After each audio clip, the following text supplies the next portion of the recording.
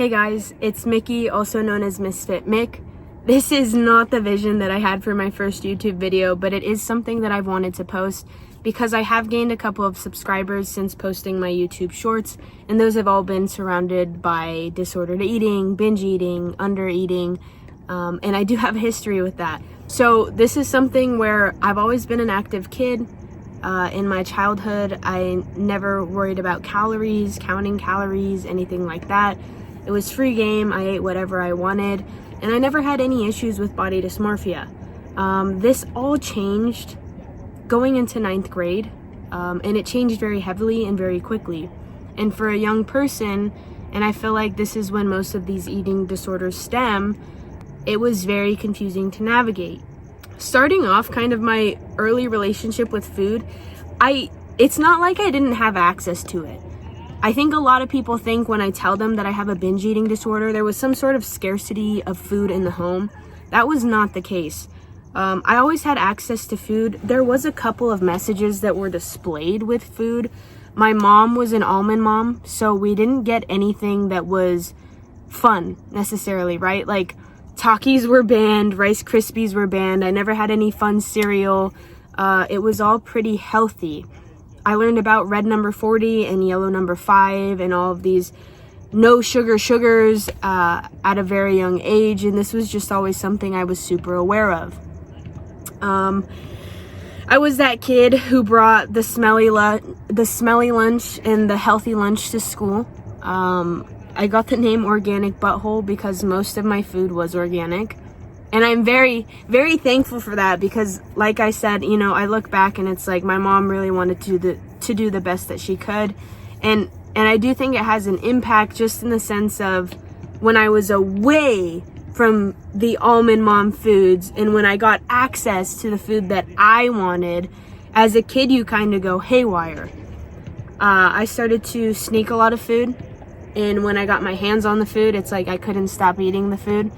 When I was with friends or, you know, there was a celebration of some sort and there was cake and soda and pizza and whatever there was, you know, rice and tortillas, I just found myself not being able to stop eating them. This was something that was just like little habits, I think, in childhood that I kind of like picked up where it was like, oh, okay, you don't have these normally, you're gonna like splurge on them. It was just, I was a kid and I didn't get those very often. My dad kind of expressed a different relationship towards food. He had a scarcity mindset towards it. He grew up in a different country, and it was banned in our household to have any kind of territory over food. If I had a very small portion of food, it needed to be split depending on how many people wanted to have some or try some or eat some. Food was not to be wasted, and it was something that he kind of held higher. Like it was something that was given if you had done something good, or, you know, there was a celebration, or it was a form of forgiveness in some sense.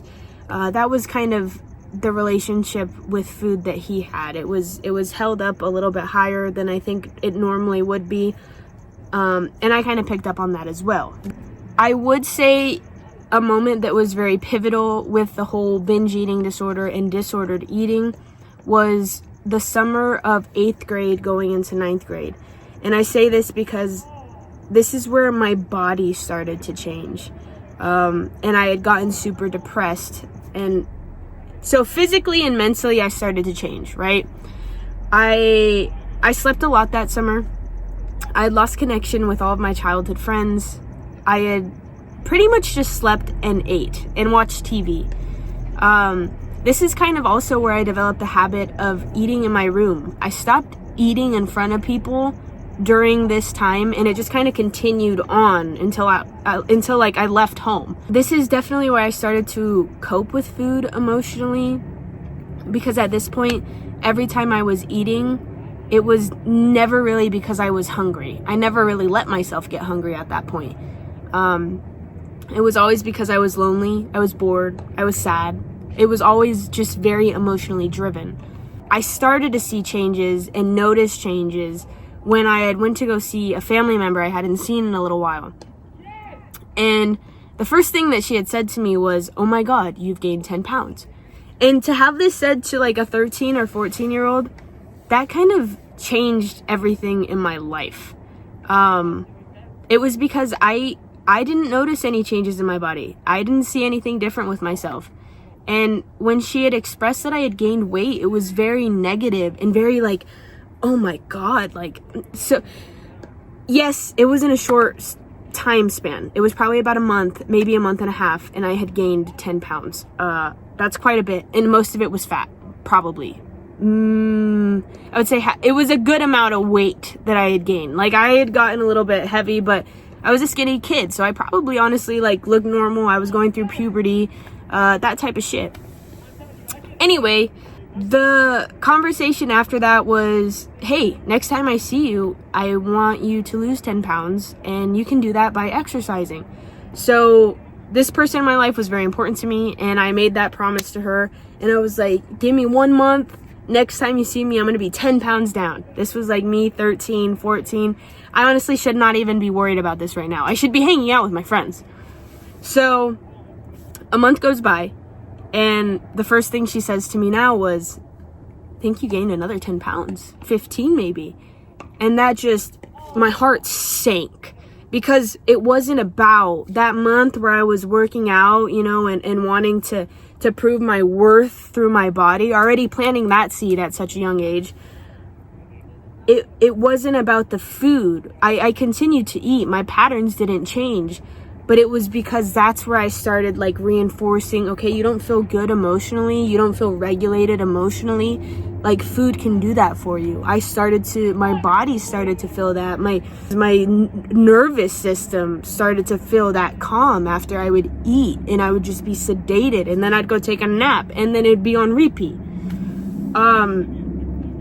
So when she had said that to me, and this is the second time, that is kind of when I really fell into the trap of body dysmorphia, because it hadn't clicked yet that, oh my God, another month I had already gained another 10 pounds. Like, okay, there's something wrong here. And I know I'm going into high school, and I had already kind of realized like what the boys wanted and all of that, you know, like most of my friends, they stayed skinny. Like, we were all these skinny little kids, and they stayed like that. It felt like I was the only one that kind of like switched through womanhood, and it was just shocking to me. So to have her say this comment not once but twice, it really grew that body dysmorphia seed, and from then on, it was always just something that I couldn't get rid of, because her image of me was now the only thing I could see. And that image that she painted was that I was just this gigantic 13-year-old who was like full of fat now and just gained weight. Like, I just felt like I had kind of reached a point at 13 where I was like, well, I guess this is my life now. You know, I'm just this fat 13-year-old. And it's kind of crazy because at 22, like, that goes into my life now. And people have called me out on it, where I think that I'm way bigger than I am. And it's just genuinely because it scared me to know that the way that I saw myself, that was not at all how other people saw me. And body dysmorphia, like from 13 on, I would say until like now, where I'm really starting to heal, it really just jacked my shit up. Because that was all I could think about now, was just how gargantuous everybody else could see me, and then I started to see myself that way too. High school was kind of a downward spiral. I think 9th grade, my binge eating got super bad. Hiding food, eating a lot of food, and kind of starting to see that was my main coping mechanism. 9th grade, it was bad. 10th grade, you know, I started to kind of get a grip on it. I started to figure out how to hide it better. And I honestly think my body had kind of stabilized at some weight, or if I was gaining weight, it wasn't as rapid as it was before. I was still using food to cope though, 10th grade. 11th grade was when I felt like I had kind of started to get a grasp on things where I felt good. There was other things in life that were bringing me happiness that wasn't food. That was one of the main reasons too, where it was like I didn't know where else to get my dopamine. Every time I put food in my mouth, I felt better. And it makes sense now as I learn about this, is that food can actually trigger the release of dopamine, and that makes you feel good. So you're not crazy for doing this. So 11th grade, I started to get a grip on it. I started working out. I was doing boxing. I fell in love with the sport. I had classes and I made friends because I was more confident about myself. I didn't kind of put myself in this corner anymore. In 11th grade was great. You know, I did have my ups and downs with it. But as far as like binging every single night, no, it was an every once in a while thing maybe. And I felt like I didn't have to deal with it anymore. So 11th grade was awesome. That's where I peaked. 12th grade was my downfall again. I remember I was in a binge episode, and it had gotten so bad where I had come out of my room and I had cared that people were going to see me eat, but I didn't care anymore because it was more of I just needed to eat, and I didn't care if people were going to see, but I still kind of cared. Anyway, my family was watching a movie, and I kind of like tried to like sneakily eat as much as I could. So I was going to the pantry, and then I was going back into my room, then I was going to the pantry again, and then maybe I'd sit out for a little bit, and then I'd go to the fridge and I'd sit out for a little bit because I felt like it was less awkward for me to walk from my room to the kitchen again. I'd rather just sit down in the kitchen and, you know, have my pluckings from there. But my family member had called me out, and he was like, you need to go for a walk. Like, you need to stop eating. You're eating a lot. Like, just go for a walk. Like, get out of the house. You need to get out. That was super embarrassing for me. That was also the year that COVID happened. And because of that, you know, boxing went away. Friends went away. Everything that I felt was kind of going good in my life just went away. And what didn't go away was food. So I went back into that cycle again. And, you know, from then on, I think it started to get worse. That's kind of where I started to hit up drive-thrus, like literally 3 times at night, like probably within the span of, I want to say like an hour, maybe 30 minutes. It was like I was going to Taco Bell, getting their like box meal or whatever I could that was cheap but a lot of food, eating all of that, getting full off of that, going to the EG's that was like 2 minutes away from Taco Bell, getting their whatever meal, you know, their sub and their fries and their EG or whatever the heck. And then from there, going to Wendy's. I don't even like Wendy's, dude. It was just, I didn't want to go back to Taco Bell and then be known as that fat girl, because obviously, like, I just got a box meal and probably like some Cinnabon Delights or whatever, and I'm going back again. But it was just like, and what's crazy is I was living at home. I didn't really have any bills, and yet I was always broke because I was spending my money on food. Like, I just was constantly just eating and eating and eating and eating. And then after I'd eat, I'd just think about food again, and I'd eat again. And then I'd get like so uncomfortably full, and I'd reach this point where I was like driving home, and I'd be like so sedated and exhausted. And it was like, fuck, that was all I was looking for, like all along. All of this eating, I just wanted that like release, like an addict. Like when I felt like I could just like forget about everything and literally just take the fattest nap of my life, wake up and do it again, because I did not know how to cope with what I was dealing with. And a lot of it at that time was just being lonely and being sad because I didn't have an outlet anymore, and I wasn't really in a healthy spot in my life with there, you know, like things that just go on in life, and like life throws you curveballs and you're just kind of like, what the fuck, and you don't know how to deal with it or just cope with it in general. And my only way was just to eat. That was the only way that I felt was good after my outlets had kind of been taken away and all that shit.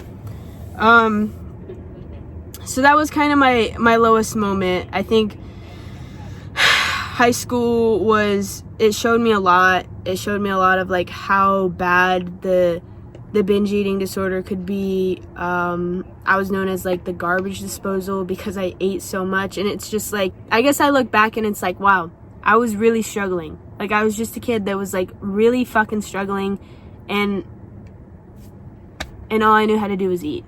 In conclusion, 2020 was very pivotal for me. But that was not the end of my struggles with food, because I experienced the other side of binge eating as well, or just disordered eating in general. I learned how to cope with hunger for the second part of my story, and that was just so intense for me. And that came with a whole bunch of things in itself. So I'm gonna leave it right there. This is gonna be part 1 for my video. If you do struggle with disordered eating, binge eating, or body image, or you just felt like this video was relatable in general, I would encourage and love for you to subscribe. But I thank you for watching, and bye.